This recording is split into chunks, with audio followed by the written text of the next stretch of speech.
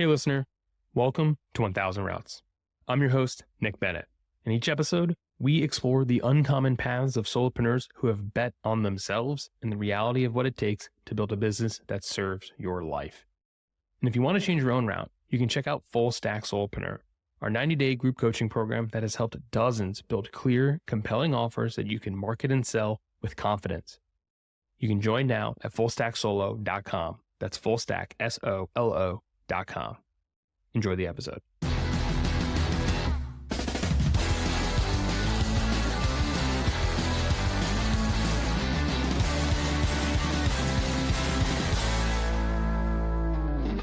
All right, Renee, you have probably one of the craziest or most, not crazy backgrounds, but it's a very, you have a lot of experience in a lot of different areas, and content is kind of laced through all of them. I like to start these things with where you and I first crossed paths, and where I first became familiar with your work was through the Creator Kitchen. Shout out to Melanie Diesel and Jay Akonzo for that. You had mentioned a few months ago now, you were like, hey, I started gaining traction on LinkedIn, and you seemed really surprised by that. And so I looked you up to see what you were up to. And I gotta say, as I have seen very few people just cut the bullshit and drop bangers like you do, one after another. And it's just people tend to have one that hits, and then they go back to the LinkedIn best practices hole or whatever thing is happening on LinkedIn where everyone tends to try to create in the same type of way.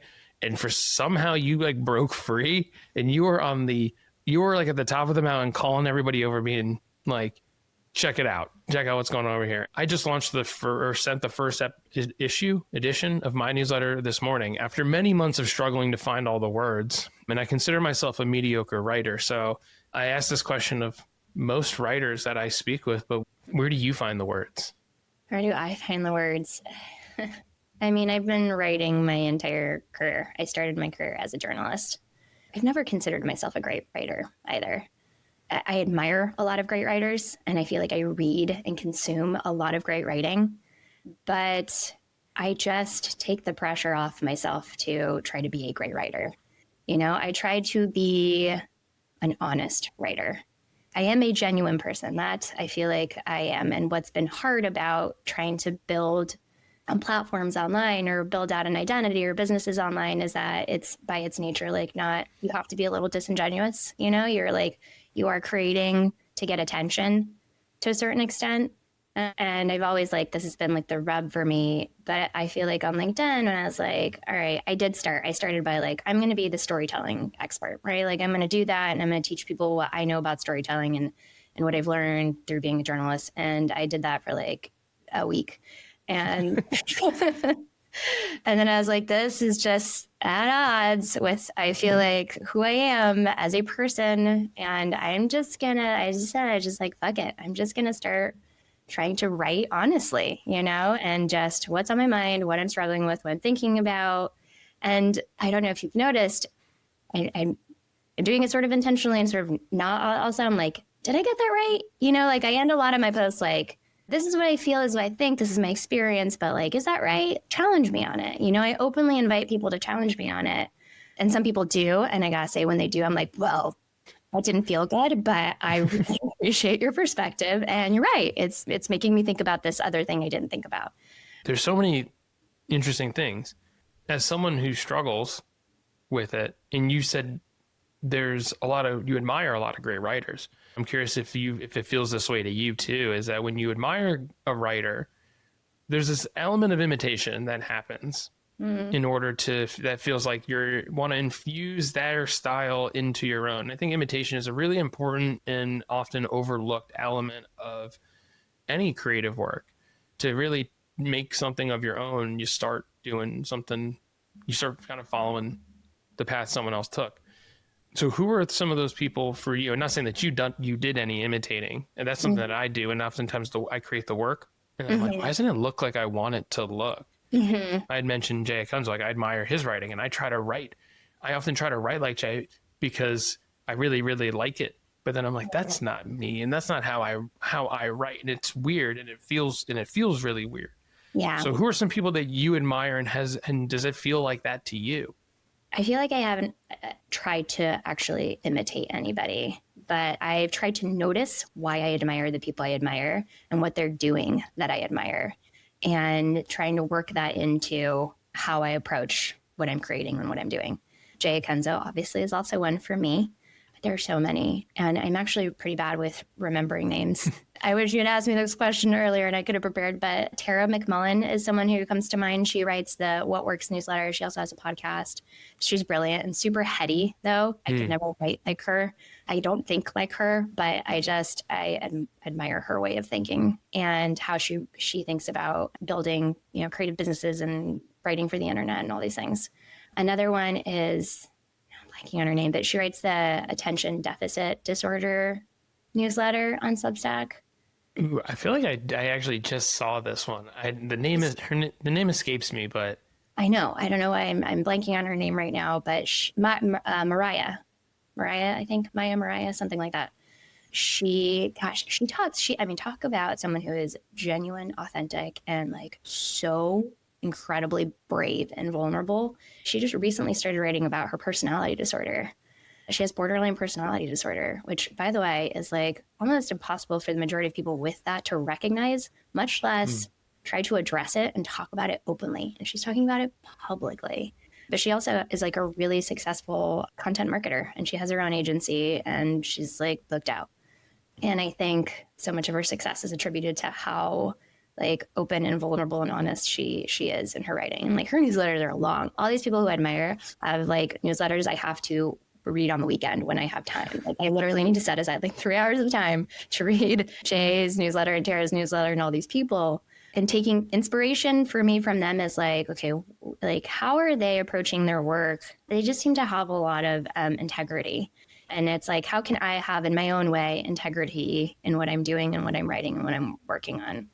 And it's just gonna look different for me, it's mine's a little, I'm not that heady. Like I'm more light, and like a little bit, I would like want to get deeper on some of this stuff, but like, am I willing to put in the work and research and effort to like get deeper?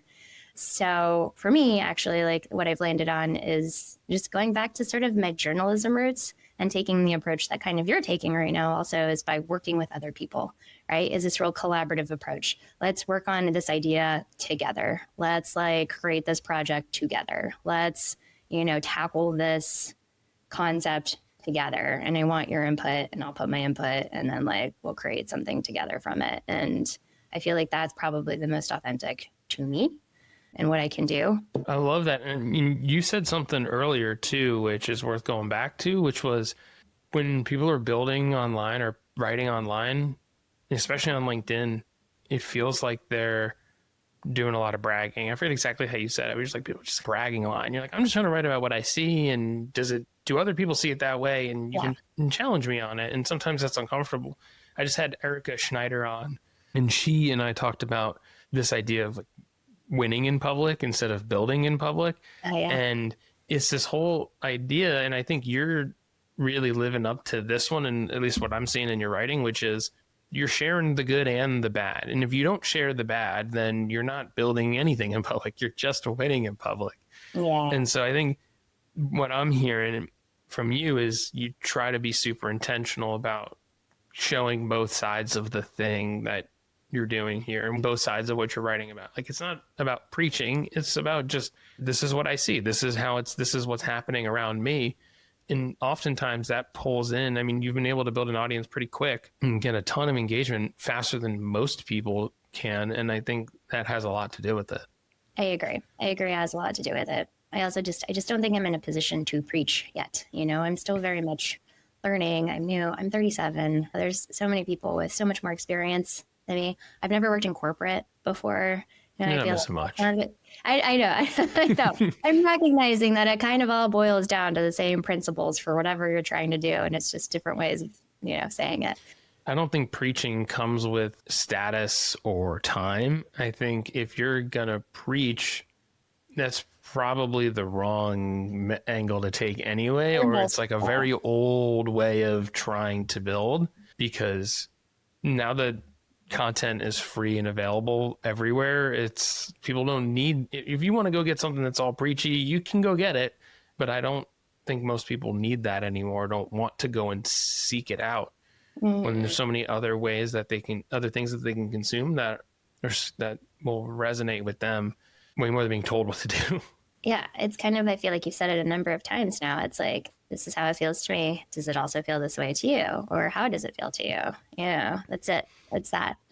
Let's go into some of the things into your journey. I want to unpack this a bit. So you have started doing researching you was a ton of fun. Usually it's like a 20-minute process for me. I spent way too long doing this because you've done so many interesting things. You started several businesses and were a creator long before like Mr. Beast was cool and made it a cool thing for people to want to be or say they are. And so I want to understand, tell me about the turning point for you. Walk me through the moment where you decided it was time to stop being in-house writer, in-house doer of things for people and to go solo. I've had several. Tell me about them. I've sort of been on and off freelance for my whole career. I started in-house as a staff writer. My first job was at FDA News. So I took a job right out of college working. The cool part was that I got to be on Capitol Hill and like in Congress and reporting on that. And I got a little press badge and I felt very cool. Oh yeah, I took that. I flashed it at the bar. I was trying to meet people. I was like, press badge. Whoa. Made me feel very important. Yeah, 21 or whatever. But I was writing about medical devices and pharmaceuticals, which I knew nothing about. Then I got a cooler job when I moved to San Francisco. And I was a hospitality reporter for the San Francisco Business Times. So I got to write about small businesses, retail, restaurants, travel, philanthropy. And that's, I feel like, what really I feel like I've always had this entrepreneurial bug, but that really made it a thing for me because I was reporting on all these people who were following their passions, found the thing that they wanted to do, and went out and built businesses doing that thing, right? Like took a bet on themselves, took a risk, and we're building these businesses. And because I probably have the attention span of a fruit fly, I was like, that's a cool business and that's a cool business. And I want to be involved in building a cool business and making my impact or whatever it was at that point. But I was like, I was never going to do it working for somebody else. So I guess the first sort of turning point was really saying I have to stop writing on someone else's platform or creating for somebody else and doing it on my own. And I think because I was so in the restaurant industry, I thought that cooking was going to be the way to do that. I also kind of wanted to get off the computer and do stuff with my hands. And, there's only so much work I could stand on a computer, but that's sort of, obviously now I'm building internet businesses. So where did you start building first? Like what was the first, because this was kind of before LinkedIn hit any sort of maturity and people were interested there. And I don't think he was on Twitter. Where did you start writing? I should have been on Twitter. I was tasked with building my personal brand on Twitter for the newspaper to start off. And that is where I started on Twitter, but I just didn't like being on there. It was a bunch of people preaching and, experting, but I probably could have felt a pretty good Twitter following had I actually committed to it then. I'm a visual person. I taught myself photography and I really liked platforms like Instagram and Pinterest for that reason. But food blog was my first attempt at doing it on my own. My first food blog, which you cannot find, was called Make It Like a Chef. I thought I found it. Because of my connections, I went into all these, well-known restaurant chefs in San Francisco, and I had this relationship with them from reporting on their businesses. And I said, can I take your most popular recipe and recreate it with you for the home chef? So most popular recipe if you're in San Francisco, State Bird Provisions or these like sauerkraut pancakes. I went and talked to Chef Stu and we made sauerkraut pancakes, and then I published the recipe with my photos for the home chef. So that was the first one. And that grew like the food box home chef? Huh? Like there's like that home food delivery box home chef. No. It was just a recipe blog. So you would go and, but if you're following these chefs, so it's very much like I was starting with like a local following and building that. And then that just, I recognized how much work and effort that took on my part. And it was easier to come up with my own recipes, publish those, and then every so often have these chef recipes or interviews. I did that approach. And then I really got into food blogging and understood that world and built my discoverability platforms out and got into all the communities and learned how to do video. And that's where I started. So I did that for about 2 years and it was profitable. I monetized it, which was also really fast growth for a food blog. But what I've recognized about myself is that I have a really hard time focusing on one thing, like on one niche, like one topic. So food became very boring to me. So actually, when I was looking this up, I thought I had your food blog pinned down. Because in 2014, you started a food blog called Laurel Street Kitchen. Yeah. I was like, you were like, you can't find something. And I was like, I found it. I was wrong. But when you recapped that experience and you said, this is to your point, you said, I gained a 10,000 following on Instagram, or I gained 10,000 followers on Instagram, which quickly became tiring and lame. First off, this is hilarious. And second, most people dream of hitting that milestone, and you hit it and said, this is time to stop. Yeah. So like, considering all of the conflicting advice that is on earth about how to build and grow a business, how did you come to that decision? I think I recognize that I'm kind of like a startup founder in this way, like one of those serial entrepreneurs where I was like, I'm going to build this thing. And then once I get to a successful point, I'm like, I'm out. New thing, new problem, shift focus. And that's not a sustainable way to build your career, I think, unless you have ideas that you can sell. So looking back, if I were smart about it, I would have built my food blog on WordPress as opposed to Squarespace. And I would have had a sellable asset now. There are people that buy food blogs all the time. It's like helping you get started. People buy them, they grow them. And I actually I tried to sell it 2 years ago because I created all the stuff and it still has traffic coming to it from Pinterest. They're like, this is great. Your photography is great. Like the content's great, but it would take me so much to get this up to speed with food blog standards now that it's not worth the investment for me. Because it's built on Squarespace. Basically the reason why. And yeah, that's like specific industry stuff, food blogging stuff. So I wish I were a little bit smarter and strategic when I started any project like that. My second one, I did a better job the second time I started a content asset, which was called Woman Born, and it was an online magazine for talking about women's stories after motherhood. So I was like rediscovering, who you are as a woman after, and like really talking about all these hard things, challenging assumptions about like, you probably know this because you're in that phase, breastfeeding and like how to raise your kids and the parenting styles and all that. And I was like, let's just talk about all of it. And that did get acquired by Tavi, which is an app, and I'm friends with, we became co-founders, and I basically became the content marketing arm of her app, which is a small intimate chat groups for moms is how it started. Are you still involved in that? Only as like emotional support for my former co-founder. We're good friends. But again, I was like, okay, I'm out of this phase of motherhood now. I'm now bored talking about this topic. What's next? And so that's really when I launched into service-based consulting. I was like, I think I'm better off building a business, helping other people build their business through content marketing. Because that way I can work on multiple projects that have start and end dates and I don't get bored. But even now that is evolving because when you're constantly working on someone else's stuff and you're a creative person, the joy of creating for yourself is hard to match. So hence the newsletter I am now launching, and sort of LinkedIn really helped me accelerate the timeline on that and just get it going, because I was like, okay, now I am building this audience. I wasn't intentionally meaning to build this audience. I was trying to build an audience to filter leads into my service business.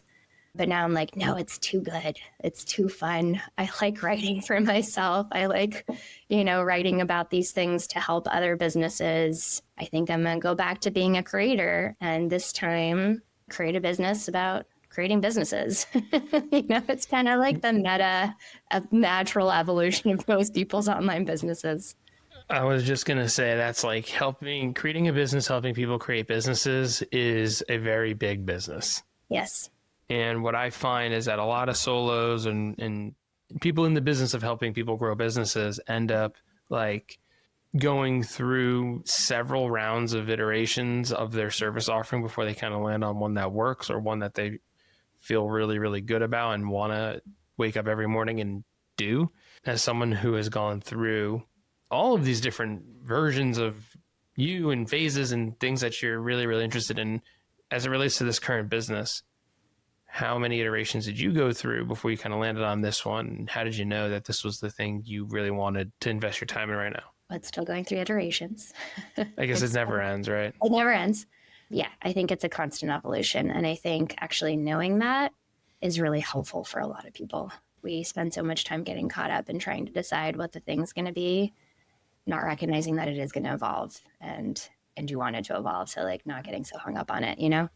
I like thematically tying everything together. The way I sort of package it up is I was a business journalist who helped businesses tell their stories. Now I help businesses tell their own stories is sort of how I like nicely package it. All of marketing is content marketing. So it's helping businesses come up now with strategic content marketing plans that really help build their business from a number of different angles and tying it all together for their business goals. Because I think what so many small businesses especially think content marketing is posting on social media. And that's a really good way to waste a lot of money and get really frustrated and not move the needle for your business. It's helping businesses understand what it is and how you can use it and use the tools to really get attention and leads and traffic to your business. What's your motivation to kind of keep moving? You said you kind of just get bored with these things and you're like, I want to move on to the next thing. But starting over and rebuilding, it sounds like it's a huge lift for a lot of people. It sounds like you were very unfazed by that. Kind of like, what's your motivation to keep doing that? I can tell as soon as I just lose interest. I really start losing interest. I stop doing my best job, you know, and I never want to get to that point with a project or a client. As soon as that starts happening, the quality just starts to deteriorate. As soon as I start, it's a different kind of discomfort, you know, you start getting uncomfortable in what you're doing. And I want to get out of that place of discomfort into a new place of inspiration and motivation.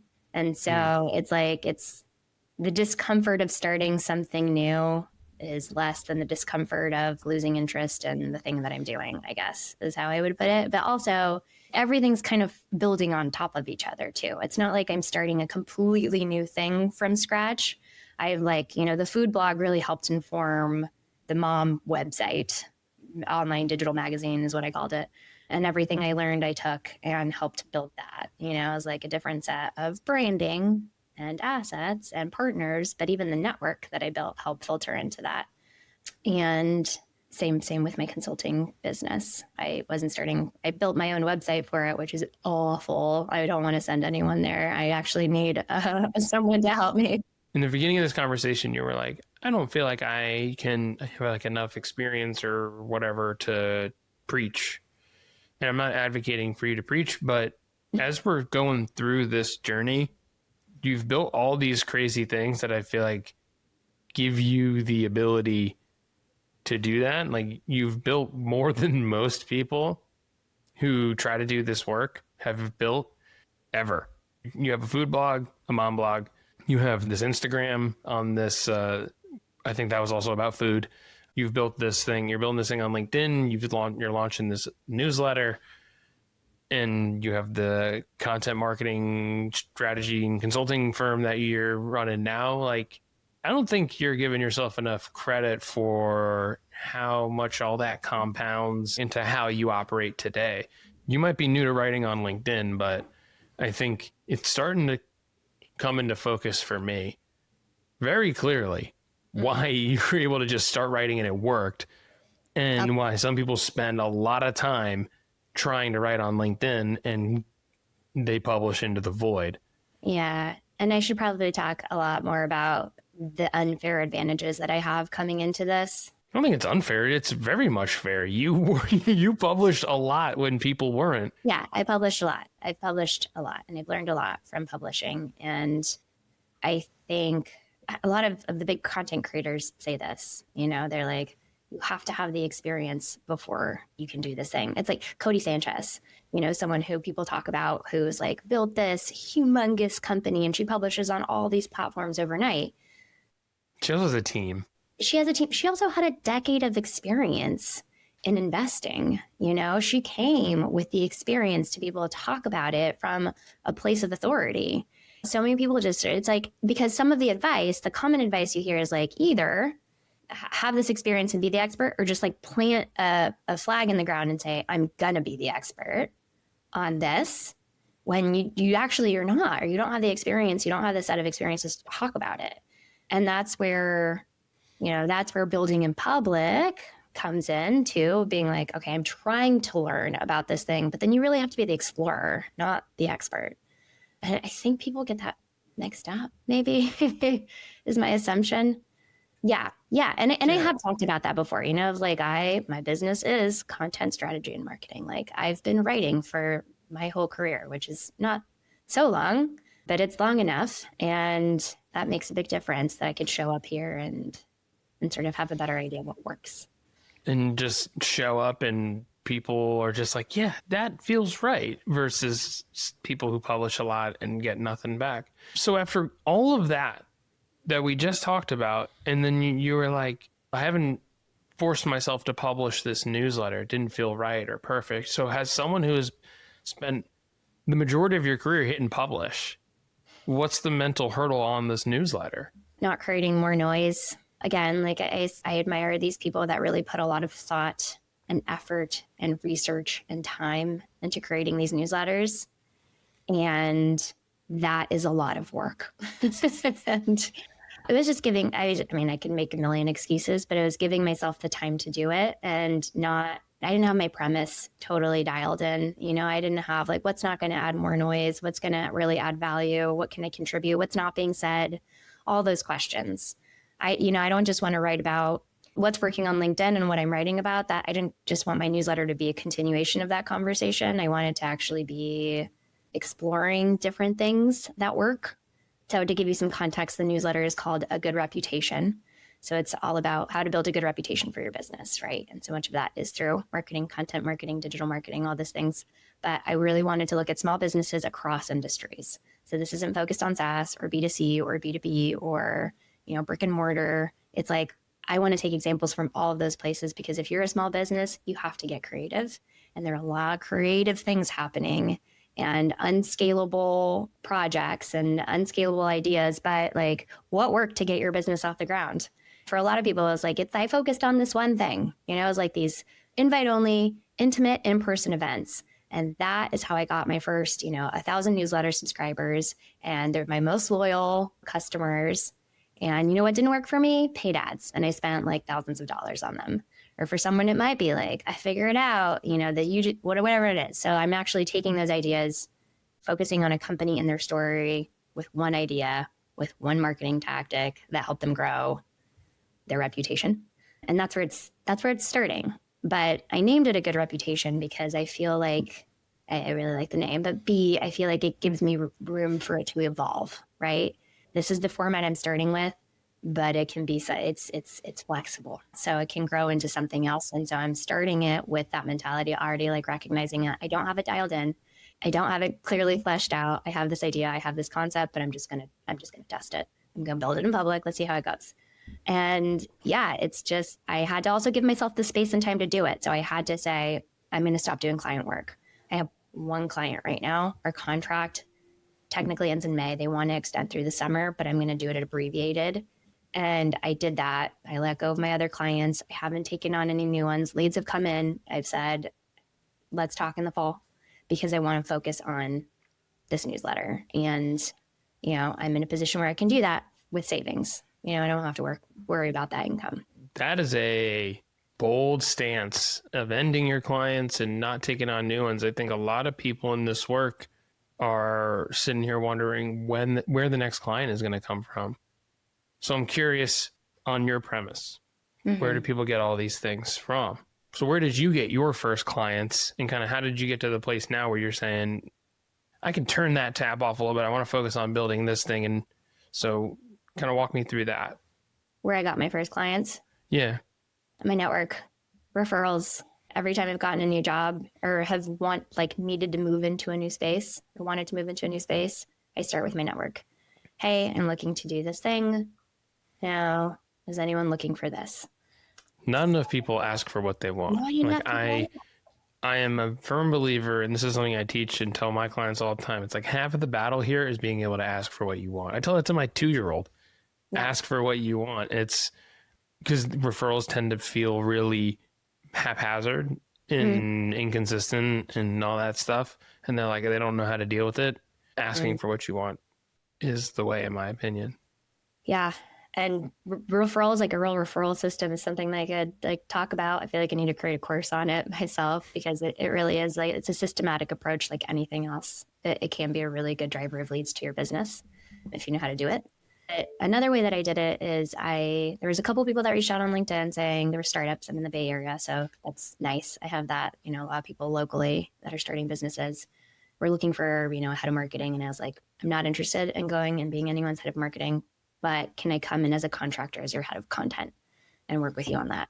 So that was another way that I did it. And that's another way I hear actually other consultants doing it. They look actually at job listings for full-time roles and they say, I can take this piece of the role for you if you want to hire me on a part-time basis as a contractor, as a freelancer, as a consultant. There are ways to do it. It's asking for what you want and it's knowing what you want. So those were my first few clients. Have you been successful with this, like reaching out to these types of recruiters or these types of companies looking for one kind of thing and looking for a role and be like, I'll take on this function on a contracting basis? That's a pro tip.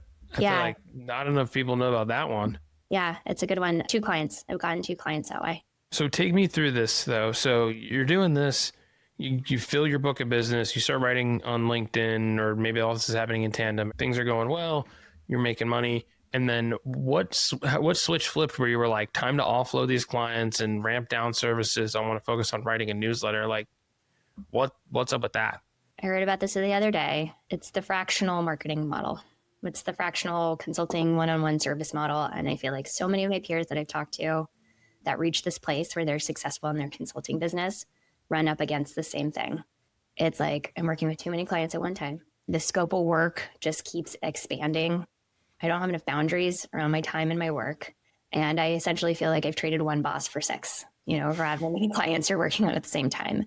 And I think some people like staying in that one-to-one model. They like working on retainer. They have these ongoing clients, and that's great unless you're a person who does freelancing because they get bored easily and they get tired of working on the same problem or project, and you need you seek novelty.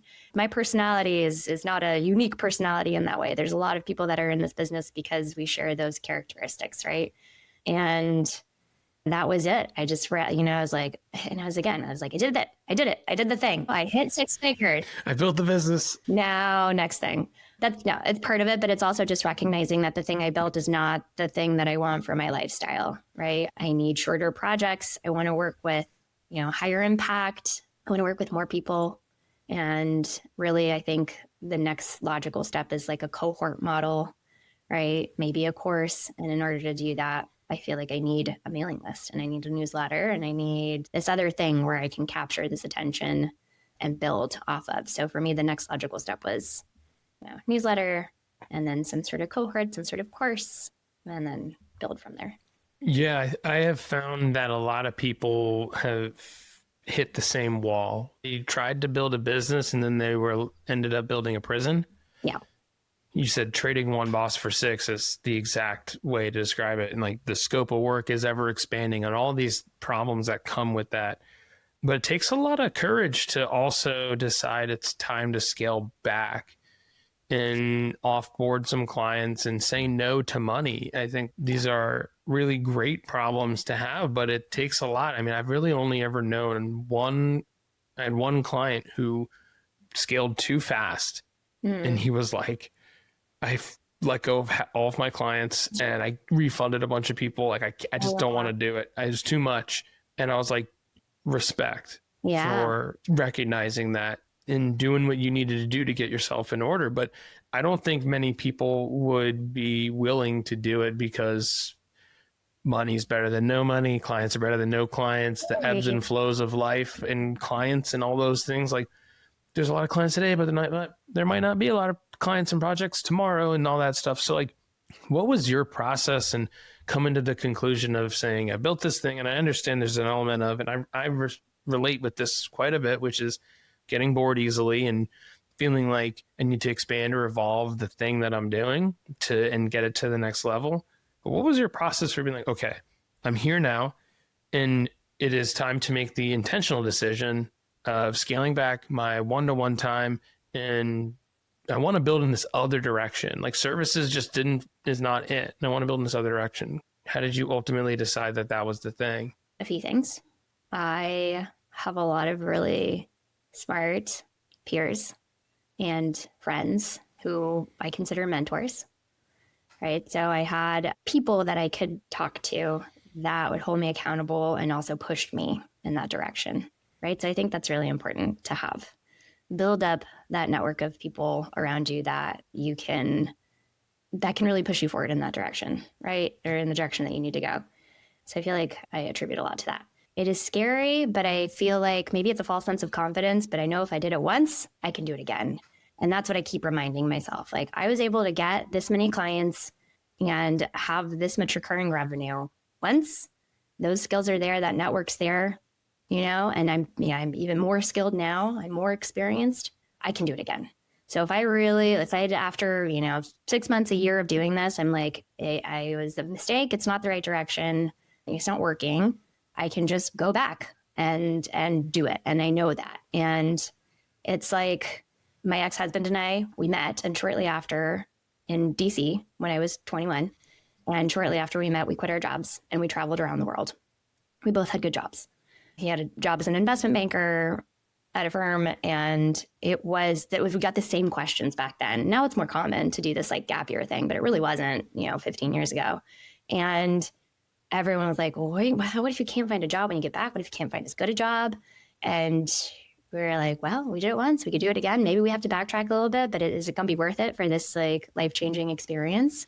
And guess what happened after, a year of backpacking? We came back and we did way better than we ever could have if we had stayed in the jobs that we were at. We had a new set of experiences and perspective. We knew ourselves much better, and, our network had expanded. So it's never a bad decision. It's never going to be a bad decision. You're either going to learn from it, and apply it to the stuff that you were doing before, or you're going to put yourself in a trajectory that's actually building the business and the life you want, and it's, I don't know. I think I've been listening to a lot of these like Tony Robinson character gurus who are like, journal every day, vision, manifest, and then do it. And it helps. It really does help. Like some of it's a little culty, but it really works, Hey, just sometimes you got that Shia LaBeouf meme on repeat telling you just do it. No, I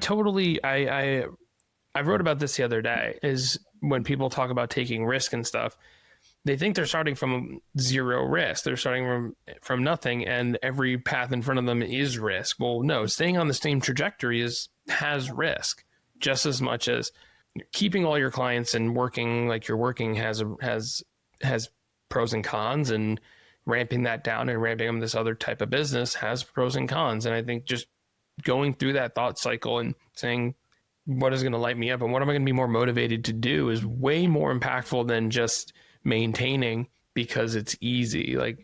And it's only easy because it's right in front of you, but it's just as hard to want to wake up every day and try to do this work and not love it. So it's definitely an interesting, I like your perspective on this. Can I add a third? Because I think it's important. I also have savings that I can rely on. And I think that's a big one. I don't have my back against the wall needing to make a certain amount next month. I have a bit of a runway. And I think that's something that we don't talk about enough. Like you either have a partner at home that's supporting you, or you have money from the bank, or you have money coming in from something else, like a real estate investment or something. Like there's no other way that people can do this. You got to be able to feed yourself. And I think that is also what holds a lot of people back. And that's, part of that fear is, grounded in something. And so if you don't have that pressure, if you do have these options, then you're just holding yourself back. But I just feel like that is something that isn't talked about enough. Like what is sort of the unfair advantage that you have in being able to do this? And if you have the opportunity to do it, are you taking it? I just want to mention it because it's like, I think we need to be realistic about this stuff too, you know? 1000%. I actively discourage a lot of people from building courses because they try to jump straight to that and monetize their life on $47 courses and do all this stuff. And it is just not reasonable when you don't have a big audience or you don't have an email list and you're not really you don't have that cycle of creation and all those types of things. And so I like the way that you built this in kind of this order, which is you worked out what works on yourself. You did it on a one-to-one professional services. And now you're saying, how do I impact more people?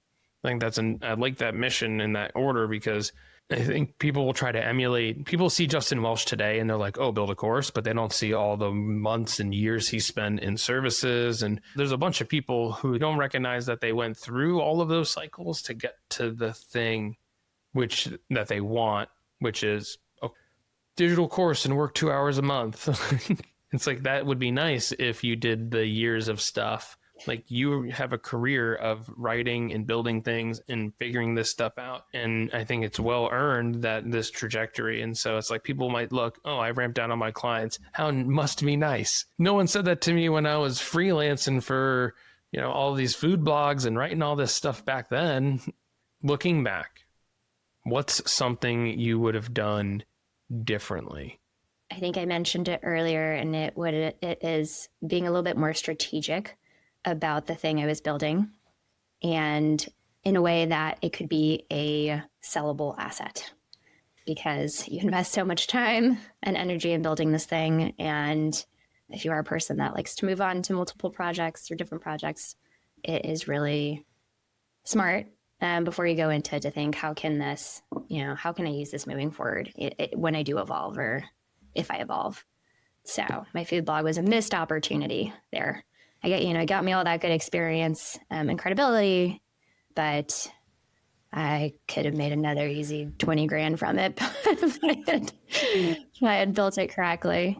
Sometimes you have to learn the lesson the hard way. I call that one, I mean, that's a bit of an expensive one, but I call things like that stupid tax, and I've paid stupid tax many times. Yeah. Awesome. Okay. What do you want to build that you haven't built yet? And I know we've talked about the courses and the cohorts as kind of the trajectory of where you're going. And so that, or anything beyond that, what are you trying to build that hasn't happened yet? The newsletter, the courses, I guess more of a, I don't know what it looks like yet. I don't know what it looks like, but some sort of platform where I can connect with more people. And maybe that's speaking. Maybe that's a community. Maybe it's just this series of cohorts. I'm not sure. But I really like being in the room with a lot of people, and then having those opportunities turn into longer relationships, like really connected partnerships. So I like to go wide and deep with the people I really connect with. Is the cohort like a writing thing? Like, what is the premise, or like, do you have an idea as to like what direction the cohort would take? I mean, right now it's the idea, I guess, is helping small businesses workshop their content strategy and hire the right people and just get a whole system in place so that can be a sustainable, effective engine for their marketing. So hoping to do that. And that's really what's in front of you. That's the main thing. Is that your focus right now? Right now. That's my focus right now.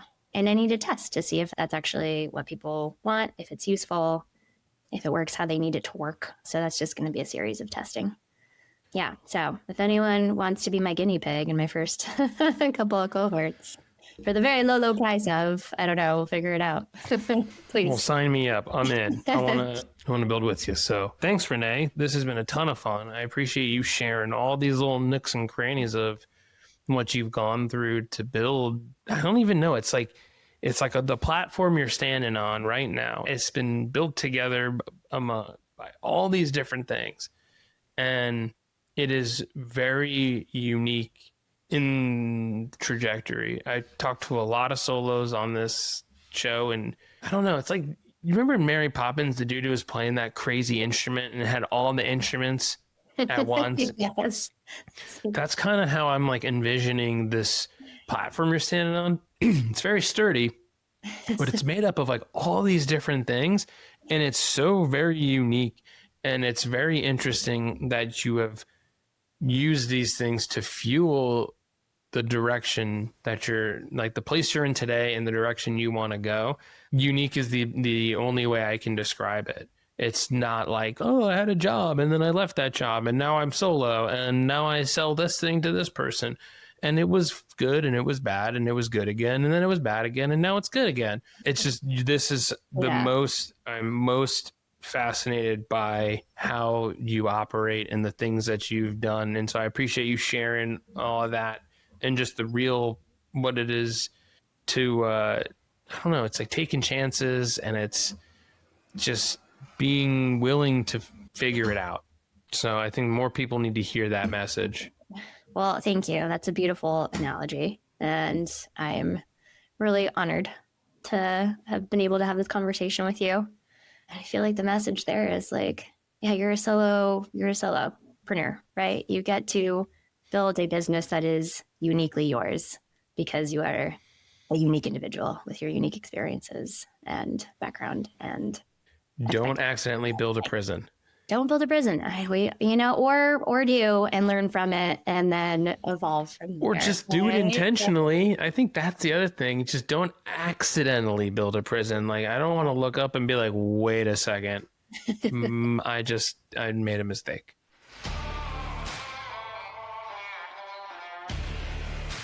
Hey, it's Nick. Thanks for listening. If you want to take part in amazing conversations like these, then you need to check out Full Stack Solopreneur, where you'll get access to bi-weekly group coaching clinics, guest mini courses from legendary solopreneurs like Morgan Ingram and Max Trailer, and so much more. You can join right now at fullstacksolo.com. That's fullstacksolo.com.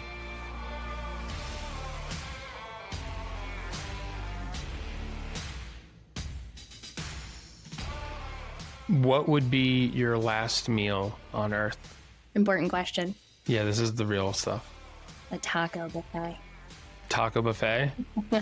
Beef taco, chicken taco, veggie taco, shrimp taco? All the tacos. So I grew up in Mexico, and I think taco is just the perfect food. It's the perfect meal. And I always get an assortment of tacos when I get tacos or I make tacos. Yeah. Beef, veggie. I really like rajas. So I just think you can just do so many things with tacos, and it doesn't limit you, which is probably pretty telling about my personality. I love it.